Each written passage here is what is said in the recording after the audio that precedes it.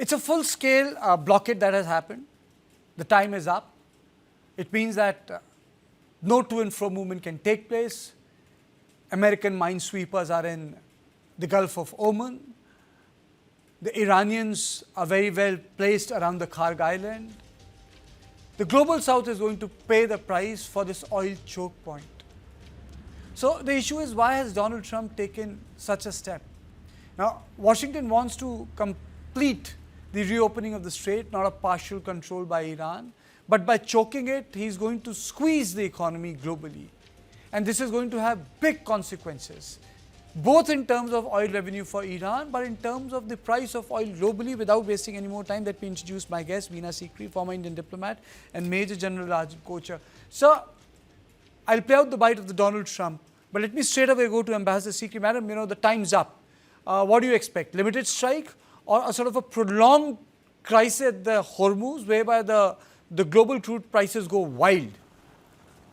Well, I think this is a very dangerous moment. First of all, we have to see that, does this mean the end of the ceasefire? Because the ceasefire was called for a period of 2 weeks. There's still 9 days remaining. And the talks ended in just 21 hours. So at one point, there was a feeling that maybe the talks could resume in some form or the other, and maybe the whole period of the ceasefire could be taken up to see whether the talks can resume and an agreement can be signed. But this has not happened. And now the whole question is, why did it not happen? Because everybody is saying, even President Trump himself said that at the end, the talks were very good. And the foreign minister of Iran has said that they were very close to an MOU. And then suddenly, the Americans, according to the Iranian side, have started maximizing their demands, and then agreement could not be taken. This is quite a parallel situation to what happened in February, when also there were talks taking place, although indirect talks between Iran and USA, mediated by the foreign minister of Oman. And that too, the foreign minister of Oman said that we were very close to an agreement. Absolutely. And then this attack took place. Let me play out the bite of Donald Trump, then I'll come back to you on this issue, because there are two intertwined issues here. Let me play out the bite of Donald Trump. Very good things are happening with regard to the Strait Hormuz. 10 o'clock tomorrow, we have a blockade going into effect. That'll be 10 o'clock tomorrow. Other nations are working so that Iran will not be able to sell oil. What we notice and what we see, and what I think is maybe my idea, maybe not, I don't know, but there are many boats heading toward our country to fill up with oil and then go and take it. So they're not going to go through the Hormuz Strait. And ultimately, that'll be correct. I think Iran is in very bad shape. I think they're very desperate. We had a meeting that lasted 21 hours. We understand the situation better than anybody, and Iran's in very bad shape. And just so you understand, Iran will not have a nuclear weapon. Will not have. There is no way that they're going to get. They still want it, and they made that clear the other night. Iran will not have a nuclear weapon. Okay. General Kochar, before I go back to Ambassador Sikri, I mean to say demining is not an easy exercise. Last time in World War I, when the Brits wanted to demine, they were not able to do so. They had the floating mines, and entire, the British armada went down with it. And Gallipoli was the only front which was won by the other party, and it was being held by Ataturk Kemal. See, good evening, Karthikeyan. See, there are two parts to this blockade. First part is that before the ships enter the Strait of Hormuz. So, demining is not required in those areas, because your United States will require at least 1 to 2 carrier battery groups here to ensure that monitoring of the ships, and it's going to be done in a kind of a layered approach. But the first thing will be surveillance, because they have the satellites, they have the P-8 Poseidon aircrafts and all, from where they'll be able to monitor the ships which are approaching the Gulf of Oman and onto the Strait of Hormuz.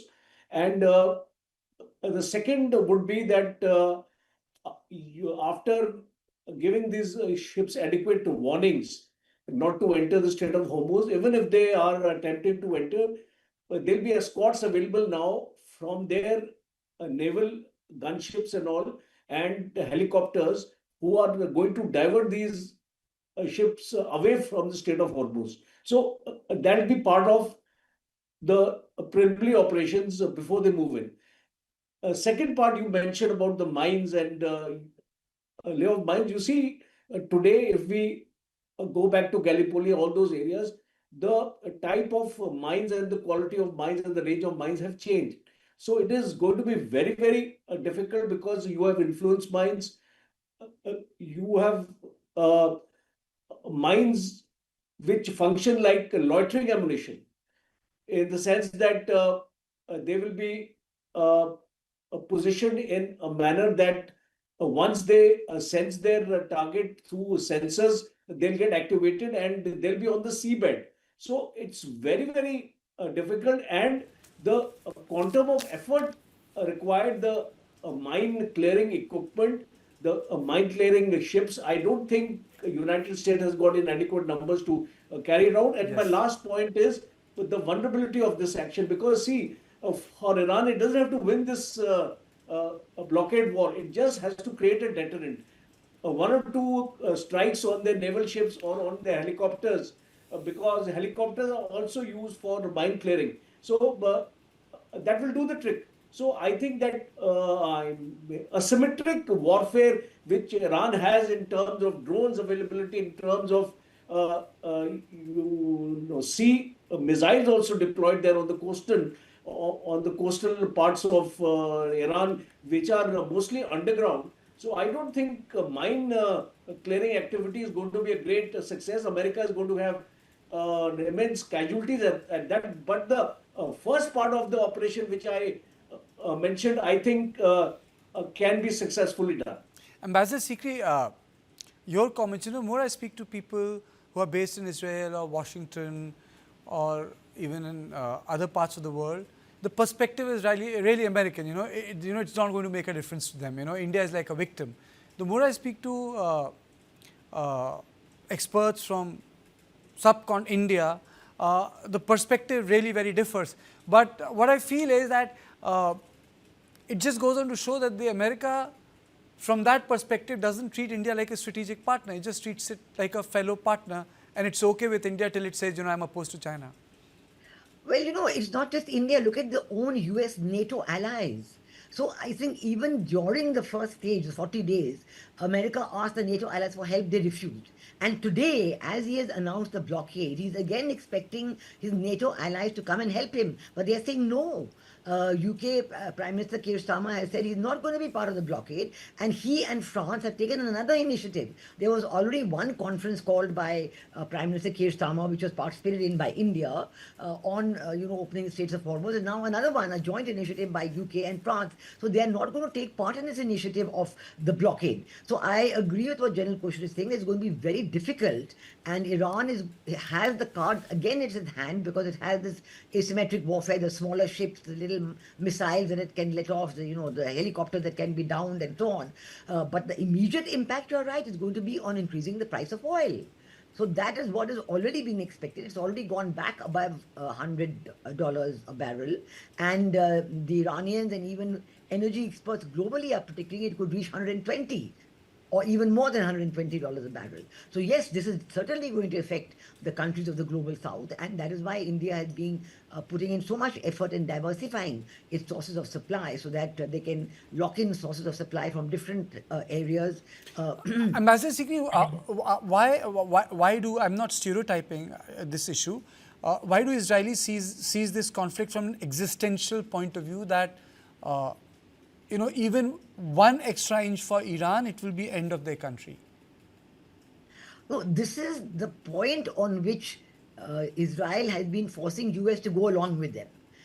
They have said that Israel is an existential threat for, Iran is an existential threat for Israel. But we saw that when they told the Americans that you just kill Khomeini and the whole thing will collapse, it didn't happen. Rather, the nationalism of the Iranians reasserted itself, and even the ones who had differences and had been put down with a very harsh hand by Iran earlier this year, the dissenters, they also have kept quiet. So now the question is, and the rest of the world is actually not been supporting America in its efforts. And we saw, even as I told you, the NATO allies, Italy making one statement, UK making another. So this is a big problem, that the conviction of Israel that Iran is an existential threat doesn't bear itself out, because in the JCPOA, which was concluded between the P5 plus Germany with Iran, there was a clear definition even in the beginning saying that Iran will never have a nuclear power. Now, that JCPOA was negotiated for 2 years and signed in 2015, and in 2018 the Americans walked away from it. But that JCPOA gave that assurance that that Iran will never have a nuclear weapon. Okay. And again in February that was there, and now again this time. But each time Israel has forced it to go back, thinking that just like they destroyed Syria, just like they destroyed Libya and Iraq, and finished off those major nations in the Maghreb and in the Gulf, the next target is now Iran. And after that, there will only be Israel left as the single dominant power in that area, because UAE and Saudi Arabia and Qatar aligned with the USA. So I think that this is a very, very important point, that why is this war not being allowed to end? And now with this blockade, will it make things worse? In a way, it will. I think definitely it will make things worse. Because if there is attacks by Iran on the American naval blockade, again, there will be the threat from... So this brings, let me bring this conversation home. General Kocher, then what is the Indian challenge here? We can't interfere. We will not be part of it. We don't have a FOMO. I don't want to get into this debate of why Pakistan is doing it. So what remains the Indian challenge? What are the Indian options? What are the Indian opportunities? And what are the Indian limitations right now? Okay, this is a very good question, because China has threatened the United States that in case their ships are blocked, then they are going to retaliate. Can India do that? So that is the first question, that will our Navy counter the US Navy in case our ships are stopped? The second point, there are 15 of our ships still stranded there in the Strait of Hormuz. What is the fate of those ships? Because so far they have not been able to sail out. A third challenge is that what kind of influence or leverage we have over the United States to ensure that our ships are allowed to go inside, and other ships are not allowed to go inside. So I think one via media could be that the ships which are to be bound for Iran, because sanctions had been lifted by the United States for ships going to Iran and picking up oil from there, I think that will stop. No ships which are bound for Iran now will be allowed to go. So I called it as a selective blockade, because the ships which are meant for the UAE and other countries, Qatar and other things, may be allowed to be let off into Iran. But now comes the larger question, that what will be the riposte of Iran? Because as far as we are concerned, we may get this leverage from the United States, that our ships may be allowed to go to all other ports except the Iranian port. But what happens in case this kind of blockade is leveled on Iran? It may start targeting the ports of the Gulf countries, because there have been statements like this from Iran that in case such an action will be there, we will also target the Gulf countries. So you are now enlarging the scope of the conflict, because the Gulf countries' gas and oil resources are going to be targeted. So United States will have to think twice now, because in case they want to keep the Gulf countries with them, because that is what their allies are there. So what happens to that part of it? So I think China is threatening now that in case you touch the Chinese ship, they're going to do that. And Ambassador Sikri already mentioned that none of the NATO countries are there along with the support. And my last point is, how long can you do this blockade? because this blockade cannot be done on a permanent basis. You require a very large force to be stationed there for a very long time, and this force is going to be exposed to the Iranian missile attacks, because subsequently, when I go to force this blockade, Iran also is going to strike with missiles, and they have the capability today. I just heard on your program the previous panelist also mentioning who was He was ambassador. the former ambassador to EU and NATO. Yes, and he very clearly said that Iran still possesses that residual power which is sufficient to act as a deterrent.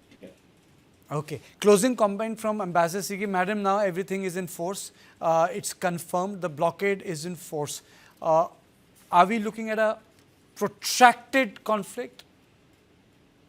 Well, I think if Iran is able to push away the blockade by violence, by destroying some of their minesweepers or by the helicopters being brought down, then I really do think we have to worry about that whole original threat about obliteration of Iran coming through, and even the use of tactical nuclear missiles, which is the great. But the international pressure, and this is where India's role comes in very strongly, because we can do very little about the rising prices of oil. We are not going to do anything in the blockade area, but we can be part of the international community, UK and France-led initiative to bring a peaceful end to this blockade. Because today, if you have one country like America doing a blockade, others will be encouraged to do it also. So it is a great threat to world peace. It's a great threat that you can use this threat of international blockade even in this day and age, and ignoring all the relevant UN resolutions on the subject. So the world community's initiative through UK and France deserves to be supported to see whether in a peaceful way this, the world community will become a kind of a mentor. I think the world community needs to come together in a very resolute way, but then... but then, for example, Russia has already said they're prepared to take the enriched uranium from Iran. Yes. They've already said that more than once. And we are able to take that enriched uranium away. Ma'am, I've really run short of time. My other colleague is waiting. I wish, we could have spoken for longer, but thank you for joining me.